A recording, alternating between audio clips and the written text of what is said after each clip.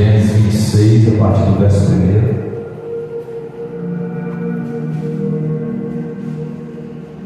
Gênesis capítulo 26, a partir do versículo 1. Glória a Deus. Você não encontrou, pode olhar aqui. Gênesis, primeiro livro da Bíblia, capítulo 26, versículo 1. Diz assim a palavra do Senhor: havia fome na terra, além daquela primeira fome, que foi nos dias de Abraão. Por isso foi Isaque a Abimeleque, rei dos filisteus, em Gerar. E apareceu o Senhor e disse: não desça ao Egito, habita na terra que eu te disser. Peregrina nesta terra, eu serei contigo e te abençoarei, porque a ti e a tua descendência darei todas essas terras, e confirmarei o juramento que tem jurado Abraão teu pai. Multiplicarei a tua descendência como a estrela dos céus, e darei à tua descendência todas essas terras, e por meio delas serão benditas todas as nações da terra. Porquanto Abraão obedeceu a minha voz, guardou o meu mandado, os meus preceitos, os meus estatutos e as minhas leis, e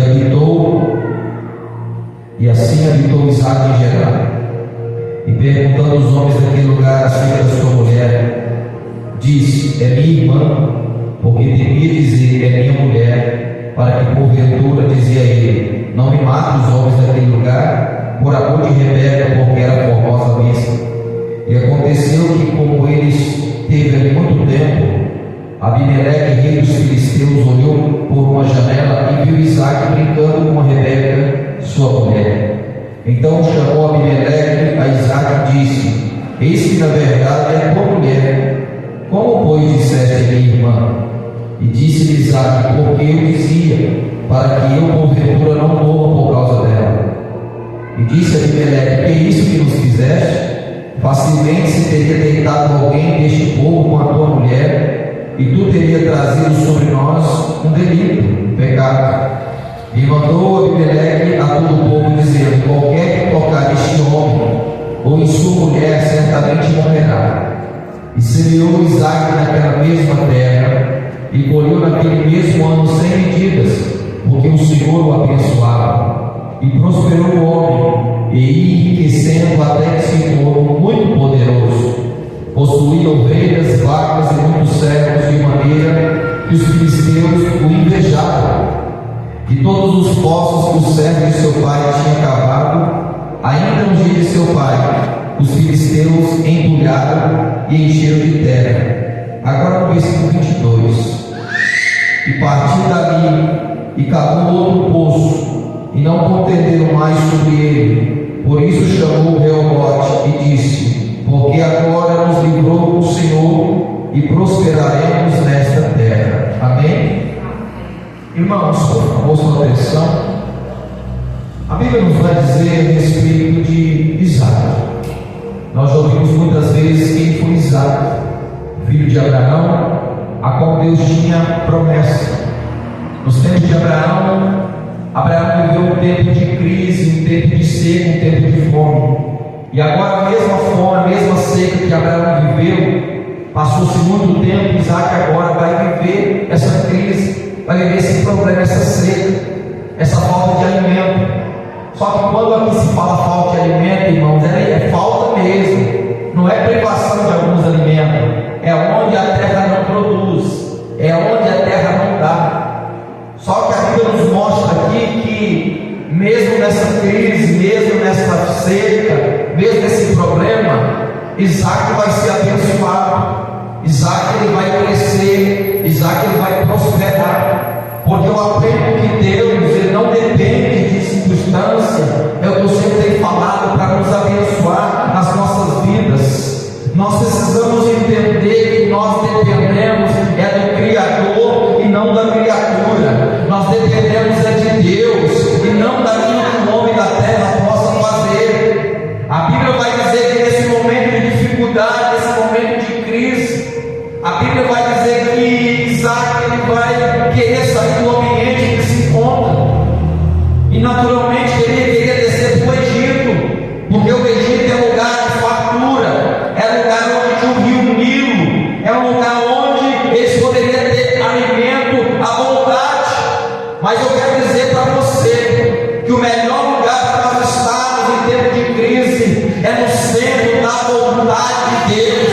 é obedecendo a voz de Deus. Eu quero dizer para você nesta noite, colocando o título nesta mensagem, que Deus pode prosperar o homem em tempo de dificuldade, que Deus pode prosperar o homem em tempo de crise, quando nós somos guiados pela sua palavra. A Bíblia vai dizer que Isaac ele tem um pensamento em ideia de descer para o Egito, como eu acabei de falar. Só que Deus vai aparecer para ele e vai dizer: não desça ao Egito, porque no tempo de crise o ser humano quer fugir. No tempo de dificuldade nós queremos correr do problema, porque às vezes nós achamos mais fácil correr dos problemas do que enfrentar os problemas. Mas eu deixo a notícia para você: aonde vem ser humano vai ter problema, aonde vem gente vai ter problema. E a Bíblia vai dizer que Isaac está pensando, dizendo: já que aqui não tem alimento, é natural que eu vou partir para outro lugar, é natural que eu vou deixar essa terra e vou partir para um lugar que tem alimento. Mas eu vou dizer para você, preste atenção, é melhor você estar no lugar de crise com Deus do que no lugar de fartura sem Deus. Tem muitas pessoas que estão olhando somente pelos olhos carnais, pelos olhos naturais, dizendo: lá é melhor, porque lá as coisas estão indo, lá as coisas estão frutificando. Mas entenda uma coisa: assim como Ló, assim como Abraão, quando Ló e Abraão tiveram um problema, ou melhor, os pastores de Ló e os pastores de Abraão tiveram um problema, por causa dos rebanhos dos dois, aonde a terra não tinha como sustentar os dois pastores, e digamos aquela situação, Abraão, como alguém pacificador, não como alguém roubador de briga, não, alguém pacificador, chegou até o seu sobrinho Ló e disse: Ló, não está toda a terra diante de nós?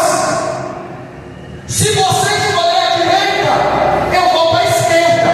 Se você escolher a esquerda, eu vou para a direita. E a Bíblia diz, está lá no livro do Gênesis capítulo 13, quando Abraão levanta os olhos, ele vê o quê? A cidade de Sodoma e a cidade de Gomorra. E ao redor, Abraão olha e vê somente deserto, somente terra. Naquele momento, Ló, como alguém que acha que é esperto, como alguém que acha que quer levar vantagem, ele olha para as campinas de Sodoma e Gomorra, antes que o Senhor havia destruído aquele lugar, e ele diz: eu vou para lá, porque lá é o melhor, lá tem produtividade, lá tem produção. Mas não sabia que daqui a pouco Deus ia destruir aquelas duas cidades. A partir do momento que Ló se separa de Abraão,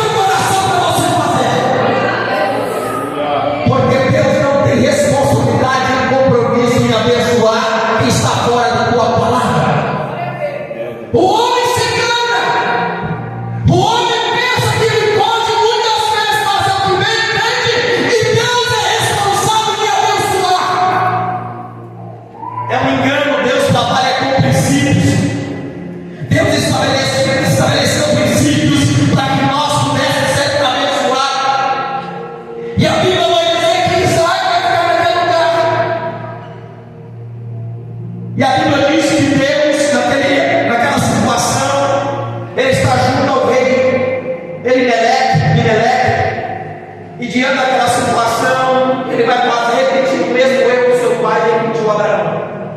Porque mesmo Abraão, seu homem de fé, Abraão era um homem qualquer outro e errado. Abraão, quando ele vai descer o Egito, ele está cansado, ele vai combinar com Sara. Quando nós chegarmos diante do rei Faraó, você vai dizer que é minha irmã, eu sou seu irmão, porque senão o Faraó tem um harém, tem muitas mulheres, e ele vai ver você, que você é uma mulher formosa, bonita, e vai querer você para o harém dele. Então nós vamos emendar com a mentira e dizer que nós dois somos irmãos, e assim acontece. Agora, uma vez mais, Abraão, porque nesse tempo ainda Isaac não existia, mas com certeza ele tem conhecimento da mentira do seu pai. E agora, uma vez, ele vai chegar até sua esposa Rebeca e vai dizer a mesma coisa, a mesma mentira. Ó, quando nós chegarmos diante do rei, você vai dizer que é minha irmã, para que o rei não me mate por amor a você. Sabe o que eu aprendo aqui? Nós somos pai e mãe. Nós somos um modelo e um espelho para os nossos filhos. Aquilo que eles veem em nós, automaticamente vão reproduzir na vida deles. A mentira que foi contada para Abraão há muito tempo atrás é a mesma mentira que está sendo contada pelo seu filho aqui agora. Eu vou dizer algo para você: nada que esteja coberto que não há de ser revelado. Toda mentira ela tem perna curta. Uma hora ela é revelada. É tão triste, irmãos, infelizmente, cristão que vive com mentira o tempo todo. Eu vou dizer algo para vocês: tem um momento que eu olho lá no rosto de pessoas e eu fiz que estou acreditando na mentira que está me passando. Eu deveria, nós como servos de Deus, deveríamos ser, nós não somos perfeitos, mas ser verdadeiro em tudo aquilo que a gente fala, porque tudo aquilo que é o oculto do homem está nu aos olhos do Criador. A Bíblia diz em João 8,44 que Satanás é o pai da mentira. E quando ele fala mentira, ele está falando daquilo que ele é próprio. É mentiroso e pai da mentira. Então, se ele é o pai da mentira, quem vive na mentira é o quê? É o filho do diabo. Jesus olhou para os fariseus e disse: vocês quereis satisfazer o desejo de vosso pai. Ele é mentiroso, ele é pai da mentira, e ele nunca se firmou na verdade. Ou seja, irmão, entenda algo. A nossa palavra de João tem que ser sim, sim, e não, não. O que passa disso é procedência maligna. Ou seja, aquilo que Isaac procurou esconder. Passou o tempo que o rei Abimeleque olhou e viu pela janela ele brincando, acariciando a sua esposa. Que manda chamar, pai? Tu não me falou que era tua irmã?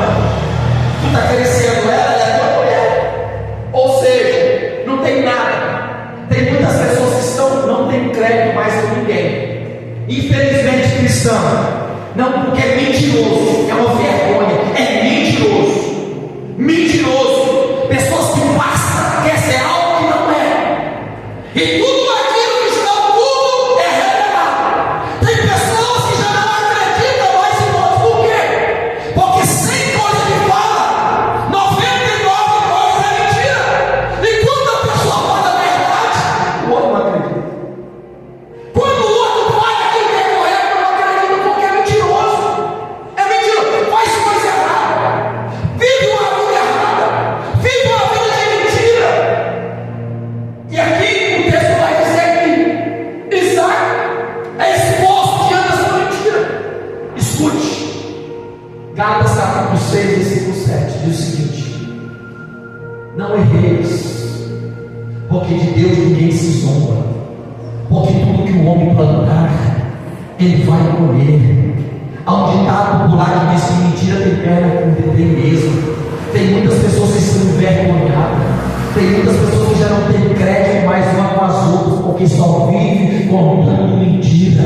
Deus chamou a sua igreja para andar diferente, para viver diferente, para se comportar diferente, para falar diferente, para ser luz deste mundo, para ser sal dessa terra. Não, pastor, se eu não mentir,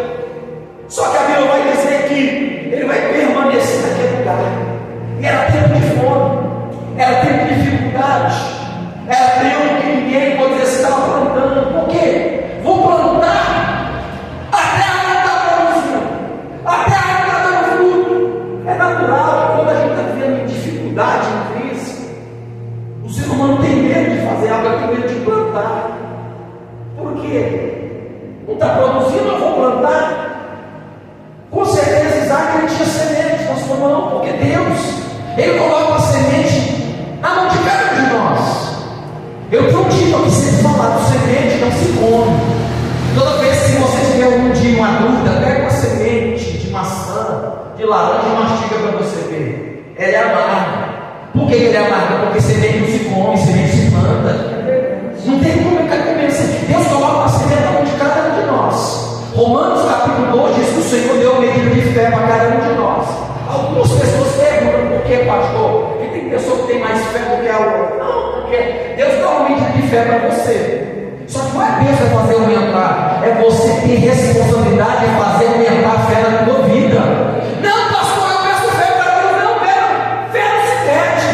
Pastor, a Bíblia diz em Lucas capítulo 17, versículo 5, diz que os discípulos pediram fé para perdoar 70 vezes 7. A Bíblia diz em Romanos 10:17 que de sorte a fé vem por ouvir e ouvir a palavra de Deus. É na medida que você mais ouve a palavra, é que vai gerando fé no teu coração.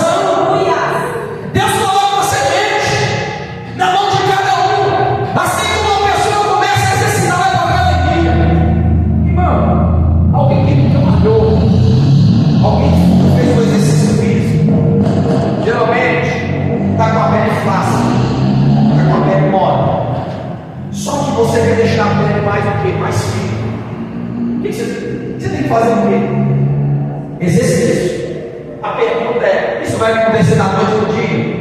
Não. Você precisa o quê? Exercitar para que os músculos vão o quê? Vão ficando firmes, vão crescendo. É a mesma coisa que a fé. Deus coloca uma medida de fé para cada um de nós. Aí surge a primeira dificuldade. É a hora que é para você exercer a sua fé. Que faz? Vira as costas e diz: ah, eu não dou conta de passar. Não, meu irmão, entenda uma coisa: as experiências que Deus coloca diante de mim e de você não é para matar eu, não é para matar você, é para você fazer você crescer em fé com Deus, é para você fazer desenvolver a tua fé com Deus. Porque tem pessoas que estão há 20, 30 anos no mesmo nível de fé, não aumenta, não desenvolve.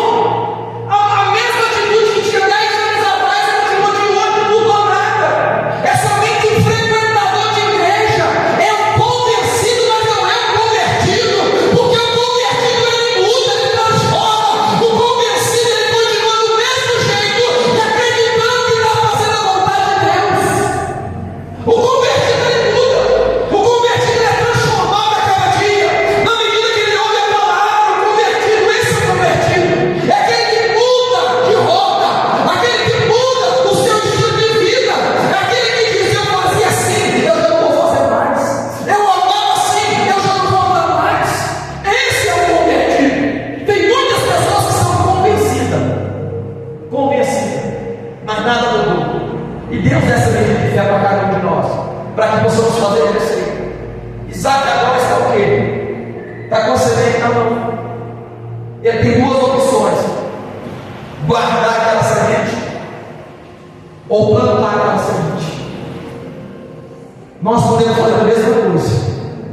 Palavras são semente, oração é semente, o tempo é semente, o teu dinheiro é semente, tudo isso é semente. Agora a pergunta é: o que você faz com a semente que Deus tem te dado? Você tem plantado ou você tem comido? Porque se você plantar, pode ter certeza que mais cedo ou mais tarde você vai colher aquilo que você plantou. Ou você pode comer com a semente, ou você pode deixar sua semente lá. A Bíblia diz que Isaac, ele obedeceu a voz do Senhor. Eu vou permanecer, eu vou ficar. Com certeza ele teve muitas tentações. Isaac vai ficar em um ambiente onde nada produz, vai ficar em um lugar onde nada flui. É o que acontece com muitos, irmão. Às vezes no momento da dificuldade, da crise de alguém, vai surgir muitas coisas, vai permanecer aí, vai ficar aí não está dando fruto, aí não está dando resultado. Mas a pergunta é: foi Deus que falou com você? O Espírito Santo bateu no teu coração? Então descansa, porque Deus é responsável de fazer a tua semente produzir. Precisamos entender se foi Deus, foi Deus. Tem convicção que foi Deus que ministrou o teu coração? A palavra tem que queimar dentro de você. Isaac agora naquela terra, ele vai começar o que? Plantar. Ele vai começar a plantar. Eu começo a observar os demais agricultores olhando. Isaac é doido, Isaac é maluco, porque às vezes Deus fala aí você fazer coisas que aos olhos daqueles que não creem é loucura. Tem muita coisa, se você for contar para alguém que não crê, irmão, ele vai chamar você de doido, de louco, de coisas absurdas. Só que Isaac, ele ouviu Deus falar: permaneça na terra, porque nessa terra aí, dizendo que não dá fruto, é aí mesmo que eu vou abençoar você, é aí mesmo que eu vou prosperar você. Às vezes você tem vivido situações difíceis, mas você tem ouvido a voz do Espírito Santo falar no teu coração. Às vezes você está olhando, pastor, aqui não tem jeito de frutificar, aqui os homens naturais não tem como produzir, mas escute o que eu vou dizer: é neste lugar que você ouviu Deus, que Deus te colocou, é nesse lugar que você vai crescer, é nesse lugar que Deus vai fazer você produzir, é nesse lugar. E a Bíblia continua dizendo que Isaac começa o quê? Semear. Ele começa a semear, ele começa a plantar, ele começa a abrir buraco e joga semente, abre buraco e joga semente. E a Bíblia diz que naquele mesmo ano ele colheu 100 vezes mais do que o Senhor abençoava. Irmãos, aqui não é 100% não, viu? Não é plantar um e colher dois, não, aqui é 100 vezes mais. E a Bíblia continua dizendo: porque o Senhor abençoava.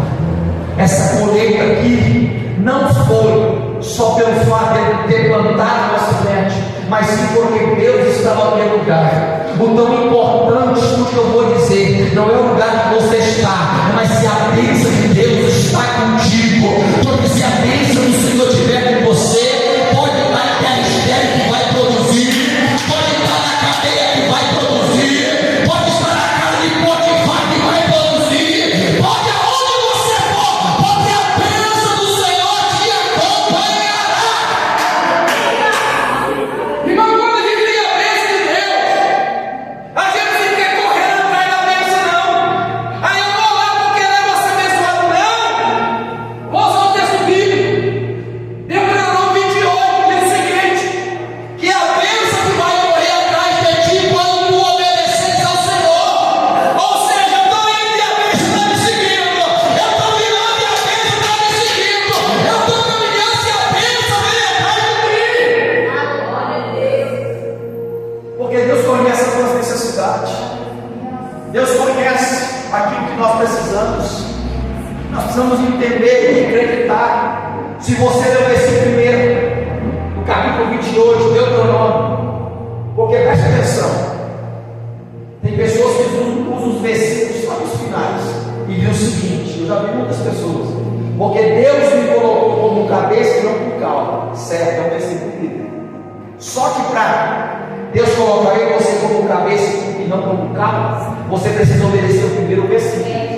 Qual que é o primeiro versículo? Se atentamente ouvires a voz do Senhor teu Deus, tendo cuidado de guardar, de obedecer, aí sim, aí eu te coloco como cabeça e não como cauda. Aí tu vai e a bênção vai te acompanhar. Outro versículo que as pessoas usam muito, e eu prego sobre isso também, que diz o seguinte: praga nenhuma não vai chegar na minha casa, 1000 vai cair ao meu lado, 10.000 à minha direita, mas não serei atingido. Certo? Só aí não. Vamos ler o versículo primeiro?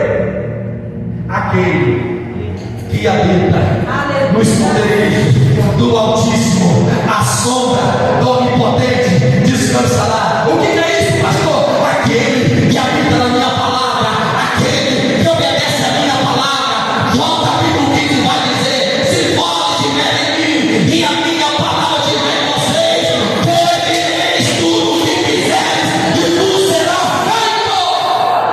Você está entendendo que há condições? Não é de qualquer jeito, irmão. Eu tenho visto pessoas que fazem uma bagunça com os textos bíblicos, faz uma... Não, irmão. Deus é um Deus de ordem, Deus é um Deus organizado. Pessoas que às vezes, na inocência ou por falta de conhecimento, pega texto sem saber o que está acontecendo e as coisas não acontecem, frustra e diz: Deus, mas a tua palavra falou disso, é o que está escrito. Mas pega o início, meio e fim. Porque se não pega versículos que não tem nada a ver e traz para a sua vida e nada acontece, e pergunta: por quê? Por que não vai? Por que não flui? Por que nada acontece? Filipenses 4,3 é outro versículo que você conhece, que diz o seguinte: posso todas as coisas naquele que me fortalece. Que versículo maravilhoso, né? Agora vamos voltar um pouquinho. Versículo 11, versículo 12, esse é o 13. Paulo vai dizer o seguinte: eu já aprendi a contentar com o que tenho, aprendi a ter fartura, aprendi a passar por necessidade. Em toda circunstância, eu já aprendi a minha forma de viver. Posso todas as coisas daquele que me fortalece. Paulo está dizendo: ei, eu sou feliz quando eu tenho muito, mas eu sou feliz também quando eu estou vivendo em crise. Aí sim, eu posso estar bem, eu posso todas as coisas, eu posso estar mal, eu posso todas as coisas. Porque é simples eu pegar um texto e aplicar na minha vida e não. Paulo está dizendo: quando tem muita comida, glória a Deus. Quando tem menos, glória a Deus. Paulo está dizendo: em todas essas circunstâncias eu aprendi a viver. E eu posso todas as coisas, porque Ele que me fortalece no momento da dificuldade. Isaac planta 100 vezes mais ele colhe, porque o Senhor abençoado. É isso. Se nós quisermos colher qualquer coisa, qualquer âmbito da vida, precisa plantar. Não tem como ninguém, seja âmbito natural, âmbito espiritual, não tem como você colher nada que você não plante. Por isso que Gálatas capítulo 6 vai dizer: não erreis. Em outras traduções: não enganeis. Porque de Deus ninguém se escarnece, de Deus ninguém se zomba. Porque tudo que o homem planta, ele.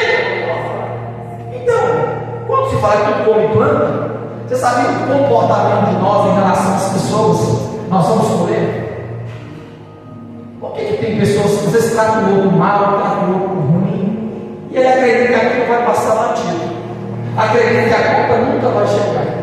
Se nós guardássemos esse versículo dentro de nós de uma forma profunda, nós teríamos todo cuidado a maneira como nós tratamos as pessoas.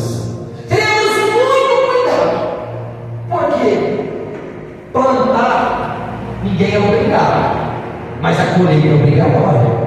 Se plantou, vai colher. Se plantou mal, espera que a fartura vai chegar. Se planta desonestidade, espera que alguém uma hora te dê um ponto também. Se planta engano, uma hora alguém levanta para te enganar também. Paulo diz que o homem engana e ele é enganado. Ou seja, alguém que anda enrolando os homens, uma hora alguém vai te enrolar. Então, se nós tivermos a consciência que tudo que nós fizemos por palavra, por atitude, por comportamento, nós vamos trazer resultado para nós. Tem muitas pessoas que ao longo da vida tomaram decisões erradas lá atrás, e às vezes nós temos uma memória curta e esquecemos de muitas coisas. Só que foi plantado lá atrás, e hoje às vezes está colhendo. E a pessoa, por que Deus? Por que Senhor? Eu estou vivendo essa situação hoje. É porque às vezes nós plantamos lá atrás coisas que não foi legal, e às vezes a gente esquecemos.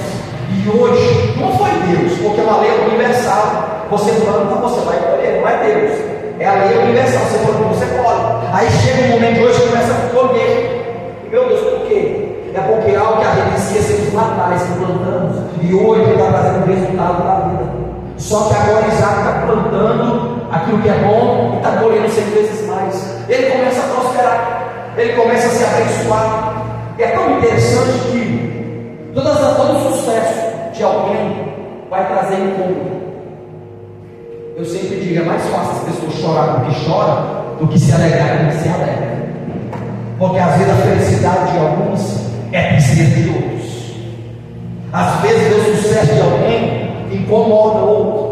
Agora Isaac começou a prosperar, porque Deus estava abençoando.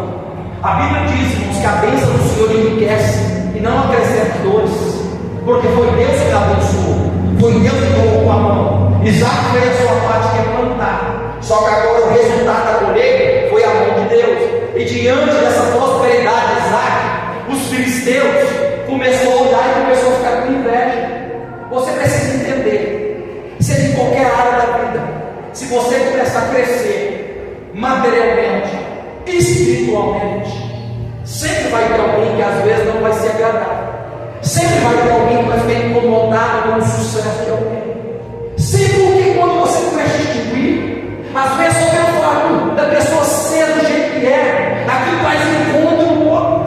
Por que disso? Ei, todos nós somos criados por Deus, mas cada um é de um jeito diferente. Nenhum dedo da nossa mão é igual ao outro. Nós temos mais de 8 bilhões de pessoas na face da terra e ninguém tem impressão digital um ao outro. Deus fez um diferente, Deus fez outro diferente, e tem pessoas que se incomodam com o sucesso do outro e começam a invejar o outro. Você sabe o que é inveja? A inveja, ela cega.